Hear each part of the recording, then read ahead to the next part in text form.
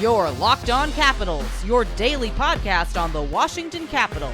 Part of the Locked On Podcast Network, your team every day.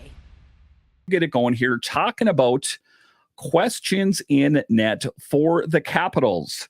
And there's a lot of people that are totally bought and sold on Charlie Lindgren, that he is the number one just based on his statistics from this last season. And it's easy to be drinking the Chucky Kool-Aid based on how he played this last season.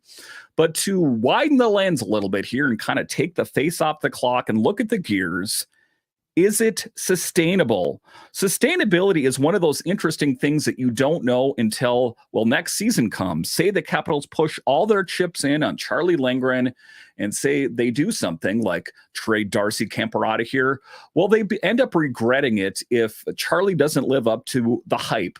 And what am I talking about here a little bit more definitively is we remember the season before that where he was really big, Charlie that is, in the month of December and then kind of faded away.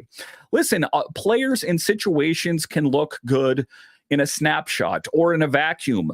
If you want to take a look at Charlie Lindgren last season and just isolate that alone, it looks really, really good. But is it sustainable? And why is it that we look at Darcy Kuemper, who has a long history of being a really great netminder, won a Stanley Cup for the Colorado Avalanche not too long ago, that all of that seems to be erased because he had one down season for the Capitals? It's interesting how, just small sample sizes and snippets and things in a vacuum can kind of erase the bigger picture. Is Charlie Lindgren really the better netminder than Darcy Kuemper? And I want you to think about that, not just based on what we saw this last season. In total, there is a lot more footage. There's a lot more history with Darcy Kuemper, of course, as he's been in the league longer. But that is the question. And I think that something the Capitals, Brian McClellan, will need to examine. Are we really just willing to set Darcy Kuemper free and trade him just based on the fact of having one bad season? And is it even possible? That's the question. They are paying Darcy Kuemper a boatload of money. Would there be a team that would want to take on that? And is Charlie Lindgren, is he expendable, considering that the Capitals have really great options in Hunter Shepard and Clay Stevenson? These are the kind of topics that we will dig into this off season as there's no games being played. Let's just really delve into it a little bit deeper here and think about it objectively. Let's not just think about how Charlie Lindgren played just this last season and just think that that is going to be the case for years to come. It very well might be, but is that the case in actuality? But taking a look at it, the Washington Capitals, in fact, are facing a lot of roster questions this offseason. With the Caps being eliminated in 4 games in the first round of the playoffs, this team is seeking for answers for the future. And in upcoming episodes, I'll talk about different positions. But in tonight's episode, in this segment, we're going to talk about the netminding situation here. One of the biggest questions is who will be in the net for the Capitals in the fall. With Darcy Kuemper posting some of his worst numbers of his career, posting a 13-14-3 record, one has to wonder if he's still the right guy for the job. With Charlie Lindgren, the team's backup netminder, posting some of his best numbers in his career and at a far less pay rate. The question, and it's a difficult one, is which goalie potentially will be traded this summer. Now, what is appealing about Charlie Lindgren on the trade market is that he has 1 year left on his deal.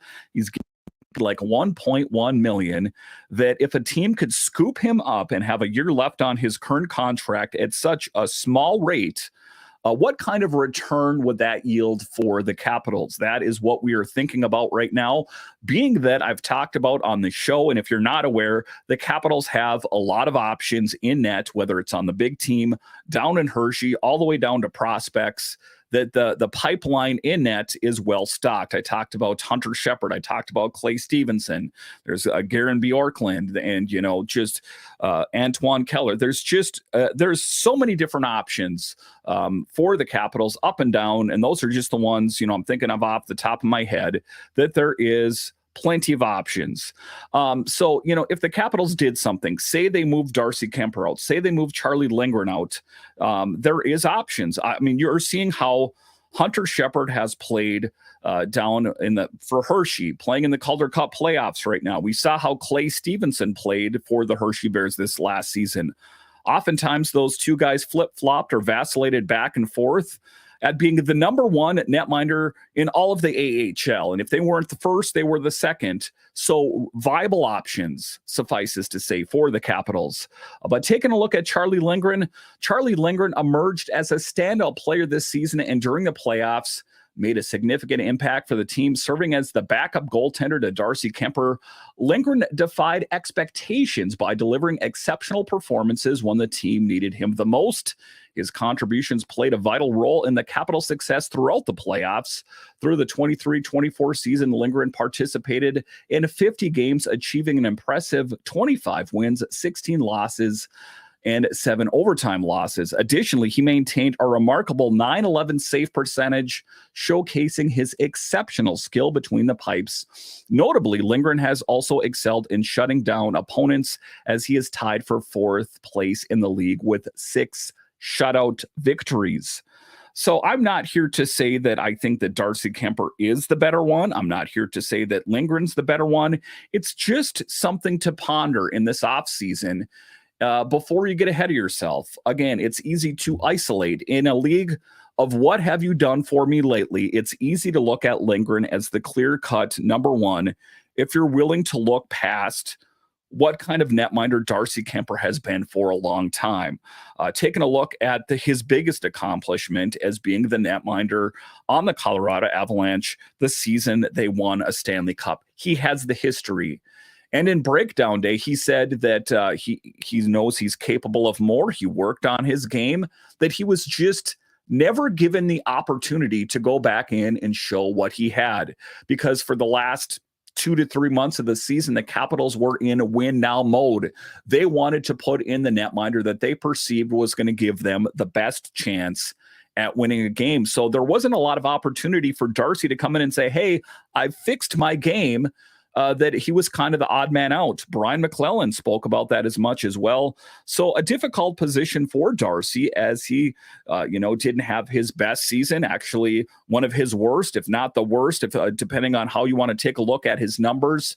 Was it just a blip on the radar for Darcy Kuemper, or is it a symptom, or is it a sign of something worse? Has he fallen off? Is he not the netminder that he once was? And should we believe that Charlie Lindgren, in fact, is as great as he was just based on this last season? Interesting questions for the Capitals. 2 pieces on the team that could fetch a pretty big return, all things considered. If you can get a team that's willing to look past how Darcy Kuemper played this last season, he could fetch a big return. But is a team going to be willing to take on a contract like that? Is a team going to be willing to, as far as the money and the length is concerned, are they going to be willing to do that and bet on the fact and take a gamble that he is the netminder that he was years ago? And on Charlie Lindgren, I know what other teams see in Charlie Lindgren. We see that he was one of the better netminders in the NHL, not just on the Capitals, but in all of the NHL. They could get a guy with 1 year left at a bargain basement deal. What a great accomplishment for a team that could use a netminder. As we see, even teams in the Stanley Cup playoffs here, some teams are struggling in net. Questions. You take a look at Toronto, for example, that if they had a netminder like Charlie Lindgren, probably would have been in a better position. So I think that, Charlie Lindgren could fetch a big return, but would the Capitals be willing to give up a guy like Charlie Lindgren in hopes that the return that they got was enough? For me, I guess it depends on what the return is. As I spoke of, there's only about 3 untouchables on this team: Ovechkin, Carlson, and Wilson, and I'm willing to listen to offers on most anyone else. I'm all about this team being competitive soon. I don't want it to be something that's going to happen years from now. I would like this team to be competitive in the fall. And if it means they have to move out a big piece, even like a netminder, for the greater good, for the bigger picture, then I'm all about it. And as Capitals fans, I think that you should be all about it as well.